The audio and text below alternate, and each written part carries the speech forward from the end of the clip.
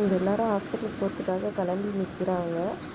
மொத்த குடும்பமே வந்துட்டு ஸ்கேன் எடுக்கிறதுக்காக போகிறதுக்காக நிற்கிறாங்க. நம்ம எப்படி வீட்டில் தனியாக விட்டு போகிறது, குருஜியெல்லாம் வேறு இருக்காங்க வீட்டில் யோசிக்கிறாங்க. நான் வீட்டிலேயே இருக்கிறேன், எனக்கு கொஞ்சம் பூஜை வேலையெல்லாம் இருக்குதுன்னு சொல்லிட்டு நடிக்கிறாரு அந்த திருடன்.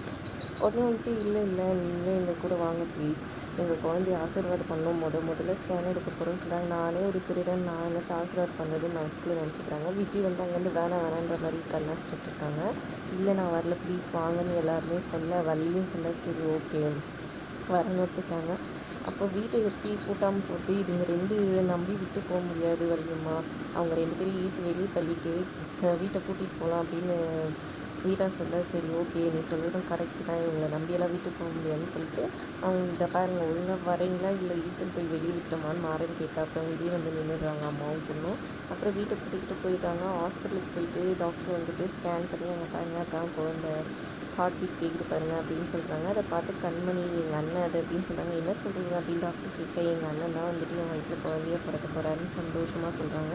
என் ஹஸ்பண்டை கொஞ்சம் கூப்பிடுங்களான்னு சொல்கிறாங்க. டாக்டர் போயிட்டு வெளியே அவங்க ஹஸ்பண்ட் ராகவனை கூப்பிட்றாங்க.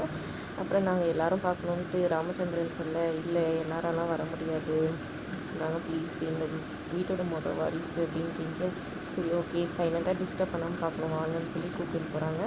போனோடனே எல்லோரும் காமிச்சோடனே எல்லாருமே ஒரே சந்தோஷமாகிடுறாங்க. அப்புறம் சரி எல்லோரும் வெளியே வெயிட் பண்ணணும்னு சொல்கிறாங்க. அப்புறமா வீராவும் பிருந்தாவும் வந்துட்டு அவங்க அக்காவை பிடிச்சிட்டு சந்தோஷமாக நம்ம அண்ணனே வரப்போறான்னு சந்தோஷப்படுறாங்க. என்ன இது அப்படின்னு சொல்லி டாக்டர் கேட்க, நாங்கள் 3 பேருமே அந்த குழந்தைக்கு அம்மா அவ்வளோ நல்லா பார்த்துக்கோம் அப்படின்னு சந்தோஷமாக சொல்ல டாக்டரும் சந்தோஷப்படுறாங்க. அதுக்கப்புறம் ஒரு நிமிஷம் நான் இங்கே வாங்கலாம் அப்படின்னு சொல்லிட்டு அந்த குருஜி இருக்கிறவரை வந்துட்டு கண்மணி கூப்பிட்றாங்க. எல்லோரும் உங்களை வந்துட்டு குருஜி என்னென்னமோ சொல்லி கூப்பிட்றாங்க. ஆனால் எனக்கு உங்களை பார்த்தா அண்ணன் தான் கூப்பிடுவேன். எங்கள் அண்ணன் இப்போ எங்கள் கூட இல்லை, ஆனால் உங்களை பார்த்தா எனக்கு அண்ணன் தான் சொல்லணும்னு தோணுது. என் குழந்தைய ஆசீர்வாதம் பண்ணுங்கள், குழந்தை நல்லா இருக்கணும், நல்லபடியாக வரணும்னு சொல்லிட்டு அப்படின்னு சொல்கிறாங்க. அதை கேட்டோன்னா அவர் நானான்ற மாதிரி யோசிச்சிருக்காங்க. ப்ளீஸ் குருஜி ஆசீர்வாதம் பண்ணுங்கள் அப்படின்னு சொல்லிட்டு எல்லோரும் சொல்ல சரின்ட்டு அவரும் போயிட்டு அப்படியே இப்படி கண்மணி இதில் வந்துட்டு கை வச்சு நல்லபடியாக வந்துட்டு இந்த உலகத்துக்கு வந்து சேரணும் அப்படின்னு சொல்லிட்டு வாழ்த்துறாரு. அப்படியே கண்மணி சந்தோஷமாயிடுறாங்க. அதுக்கப்புறம் பார்த்திங்கன்னா இங்கே கடையில் இருக்கிற ராகவனை வந்துட்டு அந்த அக்யூஸ்ட் அதாவது அந்த விட்னஸ் வந்துட்டு பார்க்குறாரு. ஒழுங்கு முறையிலே எனக்கு பணம் வேணும் அப்படின்ற மாதிரி சொல்கிறாரு. நான் எதுக்கு பணம் கொடுக்கணும், அதான் முன்னே எல்லாம் செட்டில் பண்ணியாச்சுன்னு சொல்ல, இதை பாரு இந்த வீடியோ பாரு, இந்த வீடியோ உன் பொண்டாட்டிக்கு தெரியாமல் இருக்கணும்னா காமிக்காமல் இருக்கணும்னா நீ எனக்கு பணம் கொடுக்கணும்னு சொல்கிறாங்க. அப்புறம் என்கிட்ட பணம் இல்லைன்னு சொல்ல, உங்ககிட்டயே பணம் இல்லைன்னு சொன்னால் எப்படி அப்படின்னு சொல்ல, அப்புறமா பாக்கெட்டில் வச்சுருந்து 1.5 லட்சத்தை எடுத்து கொடுத்துட்றாரு. இதை பாரு இது உன் தம்பிக்கு தெரியவே கூடாது எக்காரணத்து பொண்ணும் அப்படின்னு சொல்லிட்டு போகிறாரு. அப்புறம் கரெக்டாக மாறணுன்னா அவன் எதுக்காக வந்தா பணம் எதுனா குத்தியாடான்னு கேட்க, இல்லைடா அது வந்து அப்படின்னு சொன்னான். அப்படியே சரி விடு நான் அவனை பார்த்துக்கிறேன் அப்படின்ற மாதிரி சொல்லிட்டு மாறன் அங்கேருந்து போகிறாரு. இன்னொரு பக்கம் இந்த வீட்டில் இருக்கிற அந்த திருடன்கிட்ட வந்துட்டு விஜய் வந்து இன்னும் நீ அந்த இது அடிக்கல, ஒழுங்காக எடுத்து கொடுத்துட்டு போயிடு, இன்றைக்கி தான் உனக்கு கடைசி அப்படின்ற மாதிரி சொல்கிறாங்க. அவங்க தங்கச்சியும் கரெக்டாக வந்துட்டு ஆட்டோவில் போகும்போது, அதாவது வீரா வந்துட்டு ஹாஸ்பிட்டலுக்கு ஆட்டோவில் கூட்டிகிட்டு போயிருப்பாங்க குருஜியும்.